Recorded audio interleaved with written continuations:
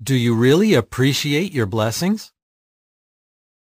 Having been miraculously delivered from slavery in Egypt, the sons of Israel were initially delighted to be free to worship Jehovah. Soon thereafter, however, their viewpoint changed. They began to complain about their lot in life. Why? Because they shifted their focus from what Jehovah had done for them to the inconveniences of dwelling in the wilderness.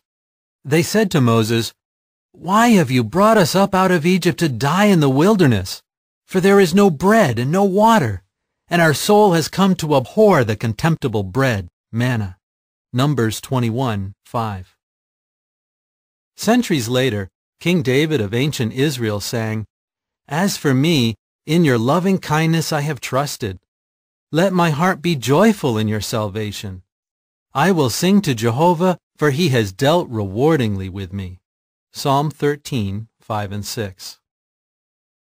David did not forget Jehovah's acts of loving kindness toward him. On the contrary, he regularly spent time thinking about them. Jehovah has dealt rewardingly with us too, and we are wise not to take for granted what he has done in our behalf. Let us then consider some of God's blessings that we enjoy today. Intimacy with Jehovah. The psalmist sang, "The intimacy with Jehovah belongs to those fearful of him." Psalm 25:14. What a privilege it is for imperfect humans to have a close personal relationship with Jehovah. However, what if we become so preoccupied with the everyday affairs of life that we end up spending less time praying? Think of what will then happen to our good relationship with Jehovah. As our friend, Jehovah expects us to trust in him and pour out our heart to him in prayer, expressing to him our fears, desires, and anxieties. So should we not give consideration to the quality of our prayers? When a young witness named Paul thought about his prayers, he realized that he needed to make some improvements. He said, "I had fallen into the habit of using the same expressions repeatedly when I prayed to Jehovah." As Paul did research on the subject in the Watchtower Publications Index, he learned that there are about 180 prayers recorded in the Bible. In these, Jehovah's servants of the past expressed their innermost feelings. Paul stated, "By meditating on such scriptural examples, I learned to be specific in my prayers. This has helped me to open my heart to Jehovah. Now it is a delight to draw close to him in prayer." Food at the proper time. Another blessing that Jehovah has bestowed upon us is the great body of scriptural truth. As we feast on an abundance of rich spiritual food, we have reason to cry out joyfully because of the good condition of the heart. Isaiah 65:13 and 14. However, we must be on guard against allowing unwholesome influences to cause us to lose our enthusiasm for the truth.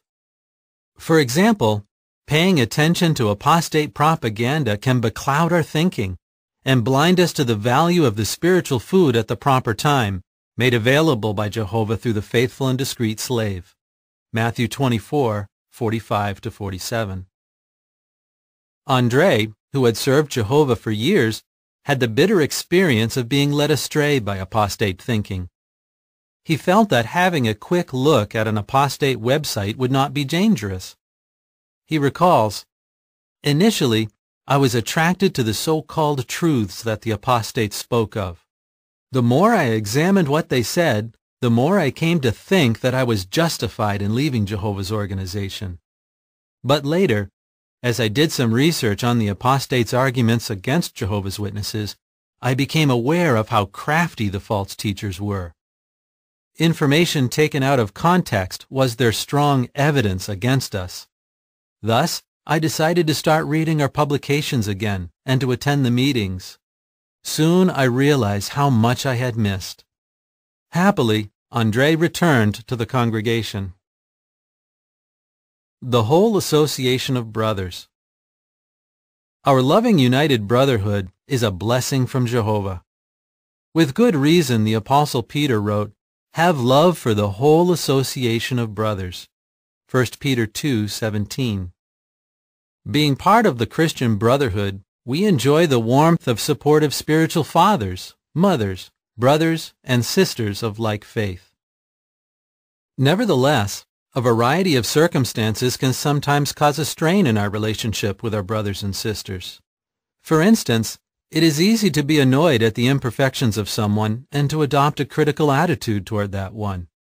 If this was to happen, would it not help to remember that Jehovah loves his servants in spite of their imperfections? Moreover, if we make the statement we have no sin, we are misleading ourselves, and the truth is not in us. 1 John 1:8. Should we not strive to continue putting up with one another and forgiving one another freely? Colossians 3:13. A young person named Anne learned the value of Christian association the hard way. Acting somewhat like the prodigal son of Jesus' illustration, she drifted away from the Christian congregation. Later on, she came to her senses and returned to the truth. What did Anne learn from this experience? She relates, "Now that I have returned to Jehovah's organization, I value all my brothers and sisters despite their imperfections. In the past, I was quick to be critical of them. But now, I am determined not to allow anything to deprive me of the blessings that I enjoy among fellow believers. Nothing out there in the world is worth abandoning our spiritual paradise for." Always be grateful for your blessings. Our hope in God's kingdom as the solution for all mankind's problems is a treasure of inestimable value.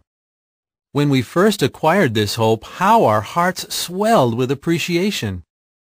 We felt just like the merchant in Jesus' parable who sold all the things he had in order to buy one pearl of high value. Matthew 13:45 and 46. Jesus did not say that the merchant ever lost appreciation for the pearl. Similarly, let us never lose appreciation for our wonderful hope. Consider the example of Jean, who has been serving Jehovah for more than 60 years. She says, "What has helped me to keep God's kingdom in mind is talking about it to others. When I see their eyes light up with an understanding of what the kingdom is, it has a positive effect on me. Seeing the difference that kingdom truth makes in the life of a Bible student causes me to think, what wonderful truths I have to share with others." We have sound reasons for being grateful for the many spiritual blessings we enjoy. Although we may be beset by such trials as opposition, sickness, old age, depression, bereavement, and economic hardship, we know that they are temporary. Under God's kingdom, physical blessings will be added to our spiritual blessings. Any suffering we now endure will be done away with in the new system of things. In the meantime, let us count our spiritual blessings and display appreciation like that of the psalmist who sang as recorded at Psalm 40, verse 5. "Many things you yourself have done, O Jehovah my God, even your wonderful works and your thoughts toward us. There is none to be compared to you. Were I inclined to tell and speak of them, they have become more numerous than I can recount." End of article.